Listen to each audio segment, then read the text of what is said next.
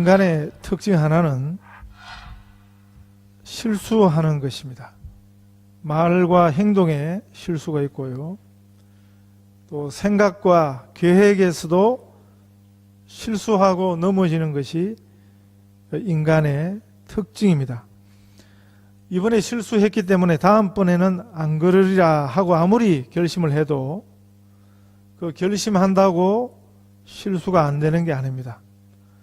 그래서 했던 실수를 똑같이 반복하고요. 그리고 또 새로운 실수도 하게 되는 것입니다. 이것이 인생입니다. 우리는 하나님이 아닙니다. 인간은 하나님이 될 수 없습니다. 그래서 사람 보고 하나님처럼 여기는 것이 그게 제일 어리석은 일입니다. 실수하고 넘어지는 것이 인생입니다. 그러나 우리가 믿는 하나님은 인생이 아니십니다. 우리가 믿는 하나님은 인생과 다르습니다. 우리의 하나님은 실수하시지 않습니다. 우리의 하나님은 실수가 없으신 하나님이십니다. 우리 하나님을 설명할 때, 표현할 때 전능하신 하나님이시라. 전능하사 천지를 만드신 하나님을 내가 믿사오며, 이렇게 우리가 고백했죠. 그런데 우리 전능하신 하나님이 못하시는 게 있습니다. 전능, 모든 것을 하시는 분인데, 그런데 하나님이 못하시는 것은 성품상 못하시는 것, 실수를 못하십니다. 우리 하나님의 계획에는 실수가 없으십니다. 하나님의 계획대로 세상이 역사가 되어지는 것입니다. 하나님께서는 그 계획을 따라 말씀하시고 또 약속하신 것을 반드시 이루시는 분입니다.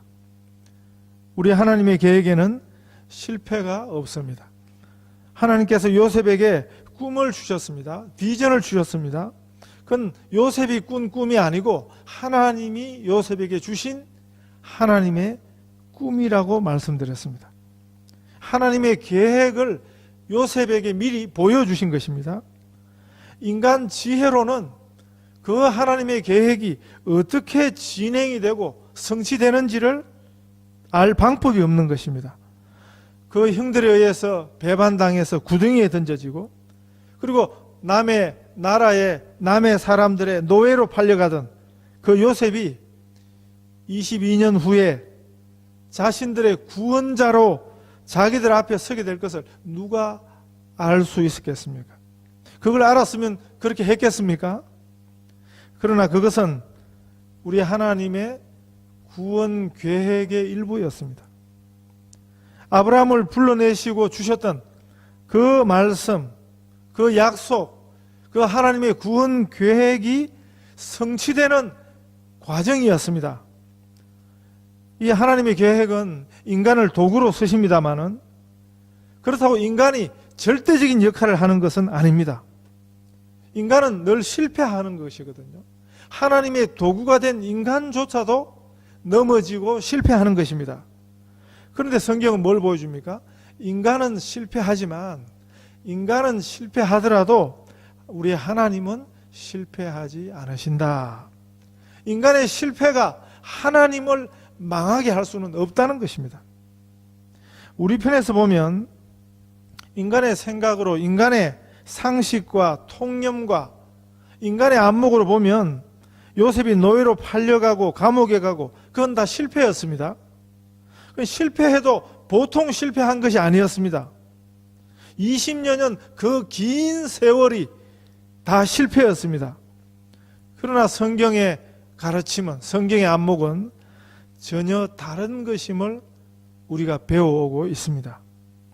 그건 뭡니까? 절대 인간의 실패가 하나님의 계획을 실패하게 하지는 못한다는 것입니다. 인간은 하나님을 방해할 수 없습니다. 인간에게, 인생에게 방해되면 하나님은 하나님이 아니시죠. 성경이 가르쳐주는 교훈이, 반복해서 가르쳐주는 교훈이 그것입니다. 인간은 절대 하나님을 방해할 수 없다는 것입니다. 우리의 구원이 우리 자신에게 달려있지 않은 것. 그래서 우리는 감사해야 하는 것입니다.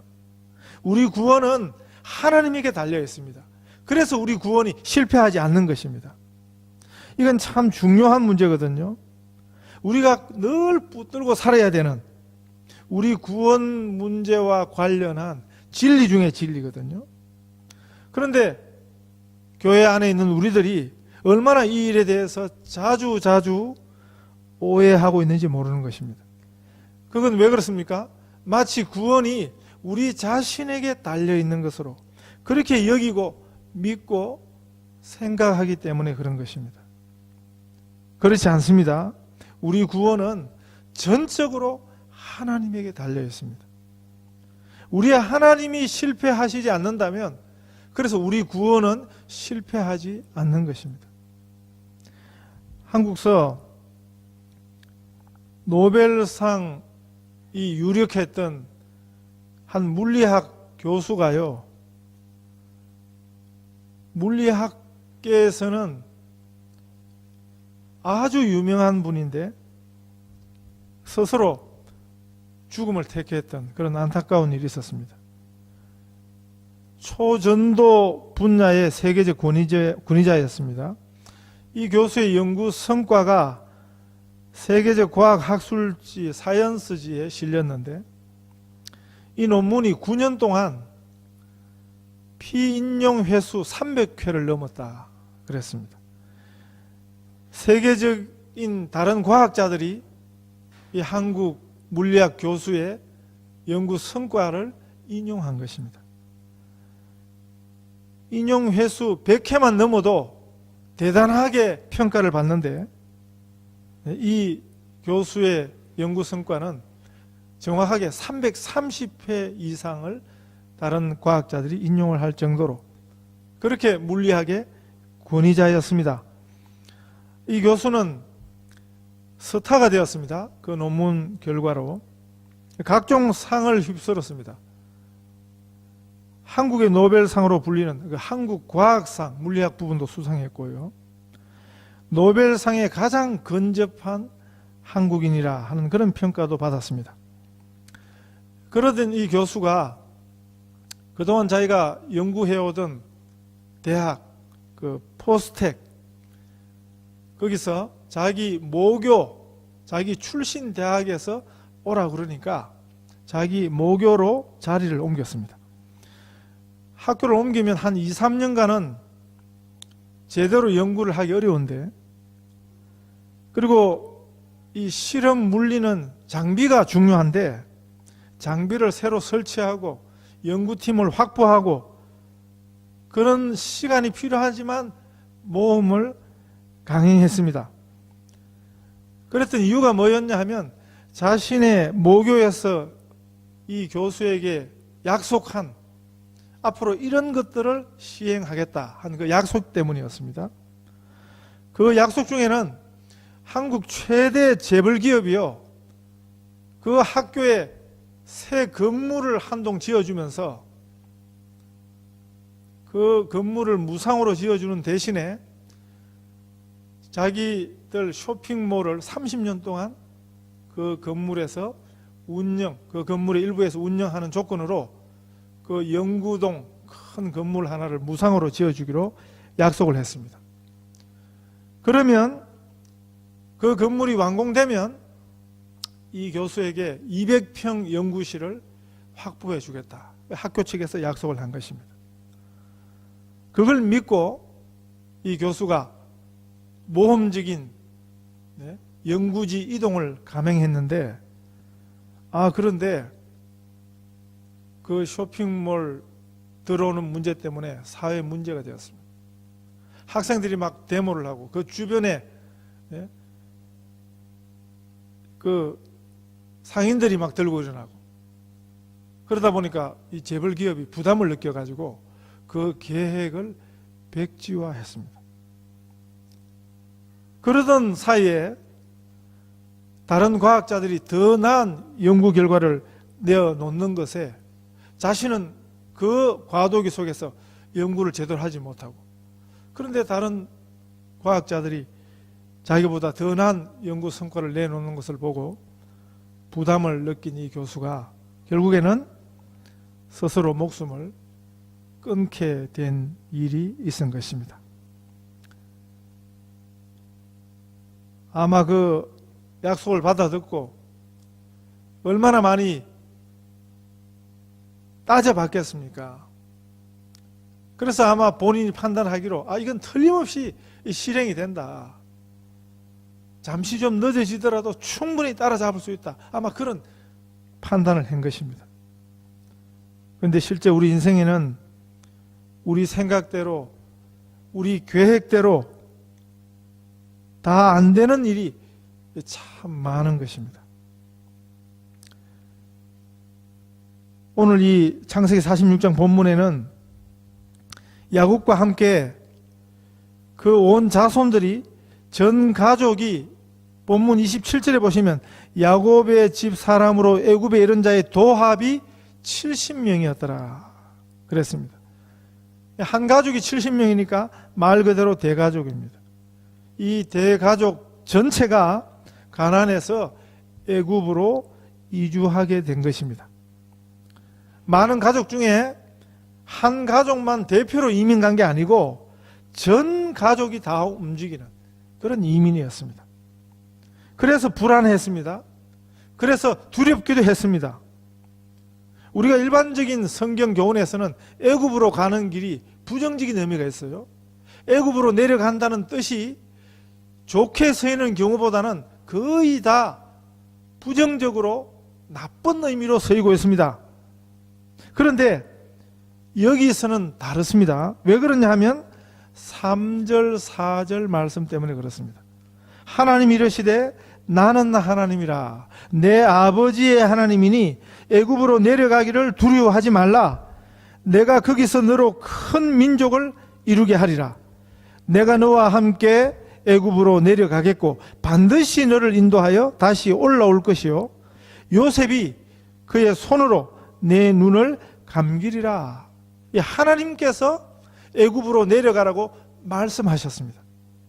하나님께서 애굽으로 가는 그 길에 또 애굽에서의 삶에 함께 하시겠다고 약속하셨습니다.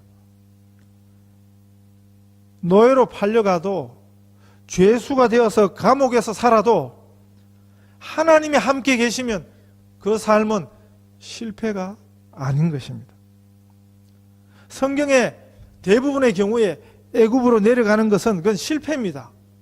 그러나 하나님이 함께 하실 때는 애굽으로 내려가는 것도 실패가 아닌 것입니다.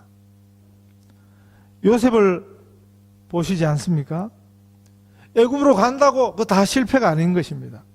반대로 가나안에 있다고 그게 다 성공이 아닌 것입니다. 문제는 애굽이냐 가나안이냐가 아니에요. 문제는 뭡니까? 문제의 본질은 하나님이십니다. 예수님의 원수들이 예수님의 그 하나님 나라 운동을 끝장내려고 다시는 사람들이 나사렛 예수라는 이름을 기억조차 못하게 하려고 예수님을 나무에 달아 죽였습니다. 그 나무가 십자가였습니다. 왜 그러나 하면 신명기 21장 31절 말씀을 근거로 나무에 달린 자는 하나님께 저주를 받았습니다 하는 그 말씀을 믿고 성경 말씀을 근거로 예수님을 십자가에 달았습니다. 그러나 그 나무에 달린 예수님이 저주받고 끝나지 않았습니다. 나무에 달렸다고 다 저주받고 끝나는 게 아니에요. 문제는 나무에 달린 예수님을 하나님이 옳았다 하심으로 그건 저주가 아닌 것입니다. 그 십자가는 저주의 십자가가 아니고 영광의 십자가가 된 것입니다. 뭘 보여줍니까? 사람이 결정하는 게 아니라는 것입니다. 하나님이 결정하시지 하나님에게 달린 것이지 장소나 상황이나 사람에게 달려있지 않다는 것을 보여주는 것입니다. 하나님이 함께 하시면 지옥도 천국이 되는 것입니다. 문제는 이 세상의 환경이 아닌 것입니다. 우리는 자꾸 그렇게 교육을 받았습니다. 그래서 자꾸 환경을 핑계대고 사람을 핑계대고 그러는 것입니다. 광야라도 주님의 인도가 있으면, 주님이 함께 하시면 광야가 천국이 되는 것입니다. 교회도 그렇습니다. 진정한 교회는 건물이 아닙니다. 이 예배당 안에 있다고 우리가 교회 안에 있는 게 아니에요. 세상과 교회의 정확한 구분은 예수님에게 있습니다. 하나님에게 있는 것입니다. 인간이 만든 건물에, 인간이 만든 경계에 달려있지 않는 것입니다. 세상을 우리가 두루 다녀도 우리 주님과 함께하면 그것이 진정한 교회 되는 줄 믿습니다. 제가 다음 달에 중국 지하교회 지도자들 교육을 위해서 잠시 방문하게 되는데, 지금도 중국 상황이 많이 바뀌었습니다만은 지하교회, 가정교회는 중국 공산당 정부가 인정하지 않는 곳입니다. 자꾸 공산당이 회유를 해요. 밖으로 나오면 우리가 다 인정해 주겠다.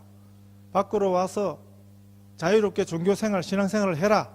그런데 전례가 있기 때문에 아직 믿지를 않습니다. 왜냐하면 교회가, 공산당원이 교회 꼭대기에서 행정력을 쥐고 이래 하라 저래 하라, 그래 되면 그 문제가 되는 것이거든요. 뭐 할 말을 다 못하는 것입니다. 뭐 설교가들이 공산당 원리에 위배되는 말을 함부로 못하는 것입니다. 그래서 여전히 지상에 나타나 있는 교회보다 지하에 있는 교회가 훨씬 많습니다. 굉장히 어려움이 있습니다. 지하교회의 특징은 어느 곳도 교회 건물을 가지고 있지 않습니다. 그들의 모이는 곳이, 그들의 만나는 처소가 그것이 예배당이고 교회이고 그렇습니다.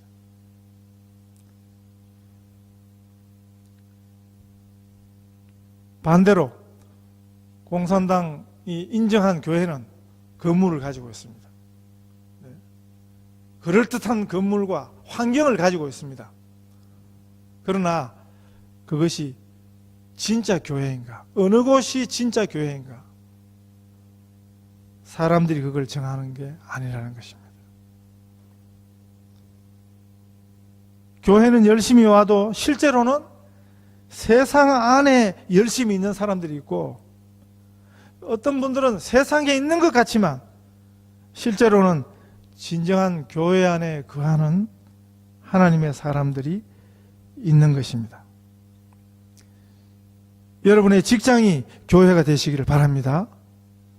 여러분의 가정이 교회가 되시기를 바랍니다. 기도실이 따로 있지 않습니다. 기도원이 저기 멀리 있는 곳이 아닙니다.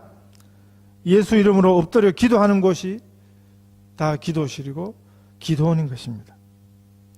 요셉에게는 노예 신분이었지만 주님과 함께 하던 그곳이 교회였습니다. 요셉에게는 감옥도 교회였습니다. 애굽이냐 가나안이냐가 중요한 게 아닌 것입니다. 주님이 함께 하시는 곳, 주님 모시고 사는 그곳이 바로 교회요 천국인 것입니다. 우리들이 지금은 다 호주의 시드니에 와 있습니다. 호주라서 좋은 게 아니에요. 시드니 와 있어서 좋은 게 아닙니다. 예수님 모시고 살면 그 어디라도 좋은 줄 믿습니다. 요즘 한국 뉴스 최일면에 군대 문제입니다. 군대 문제. 한편으로 생각하면 저도 아들 둘만 있어가지고 호주 시민권자이기 때문에 군대 문제 자유롭다. 우리 조카는 지금 군에 가 있습니다. 우리 조카가 군에 갔는데 지난번 총기 사고 났던 그 부대에 배치를 받아가 있습니다. 총기 사고도 없고 그쯤 어디인 줄 알고 전화해 봤습니다. 우리 동생한테.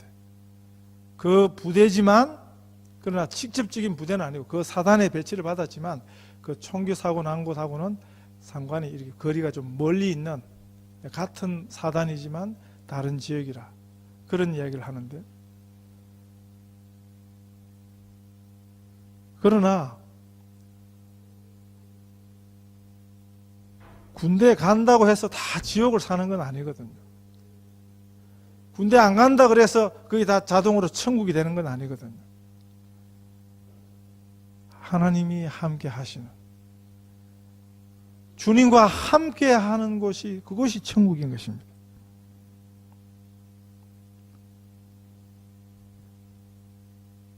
야곱의 가족들이 애굽에 와서 거주지로 머물게 되는 곳이 오늘 46장 28절 이하에 보면, 또 34절에 보면 고센이라는 지역이었습니다. 이 고센 땅은 애굽에서는 변두리였습니다. 그 당시 애굽은 세계 문명의 중심지였습니다. 이왕 애굽으로 살러 갔으면 나일 강가에 살아야 하는데, 이런 생각이 우리들 생각입니다. 기왕 호주 왔으면 호주의 중심인 시드니나 뭐 이런 큰 도시에 살아야 되는데 그렇게 살려고 하지 않겠습니까? 그런데 야곱의 자손들, 그 가족들의 애굽에서의 거주지는 애굽의 가장 변두리였습니다. 시드니로 치면 아마 저기 뭐 리치몬드, 뭐 펜니스, 저 아마 그쪽 될 것 같습니다. 그런데 정말 중요한 것은 지역이 아닙니다. 장소가 아닙니다. 그것이 지금 중심지냐 아니냐, 그게 중요한 것이 아니었습니다. 변두리라도 주님 모시고 사는 것, 그게 더 중요한 것입니다. 어디를 가도 괜찮습니다. 어디 있어도 괜찮습니다. 우리 주님과 함께 하는 것, 이것이 제일 중요한 일입니다. 주님과 함께라면 애굽이라도, 애굽의 변두리에 살아도 괜찮은 것입니다. 우리 하나님의 뜻에, 하나님의 계획 안에 거하면 그러면 되는 것입니다. 야곱과 그 자손들이 정착했던 그 고센이라는 땅은 비록 애굽의 변두리였지만 그곳은 하나님의 보호가 있었습니다.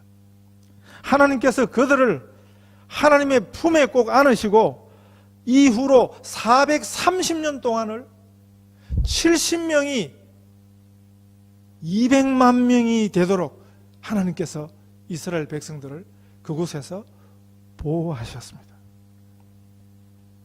창세기 12장에 아브라함과 하셨던 약속, 내가 너로 큰 민족을 이루고 내게 복을 주어 내 이름을 창대케 하리니 너는 복의 근원이 될지라.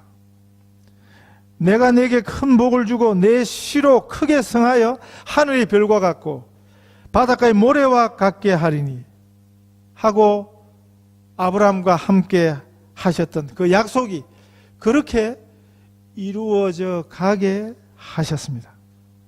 그러나 이 약속의 진정한 성취에 되면 이런 것들조차도 그건 아주 시작에 불과한 것이었습니다. 우리 하나님은 결코 실패하지 않으십니다. 나의 반석이신 하나님이라는 찬양이 있습니다. 가사가 이렇습니다. 나의 반석이신 하나님, 신실하신 하나님, 실수가 없으신 좋으신 나의 주. 신실하신 하나님, 실수가 없으신 좋으신 나의 주. 나의 반석이신 하나님, 행하신 모든 것 완전하시네. 나의 생명 되신 하나님, 내게 행하신 일 찬양합니다. 신실하신 하나님, 실수가 없으신 좋으신 나의 주. 신실하신 하나님, 실수가 없으신 좋으신 나의 주. 정말 귀한 일은 실수가 없으신 참 좋으신 우리 아버지 하나님의 축복 안에 우리가 거하는 것입니다. 실수하지 않으시는, 실수가 없으신 좋으신 우리 하나님을 믿고 바라보십시다. 그래서 이 찬양 가사처럼 나의 주님, 나의 하나님을 늘 경험하고 누리시는 우리 성도들 다 되시기를 축복합니다.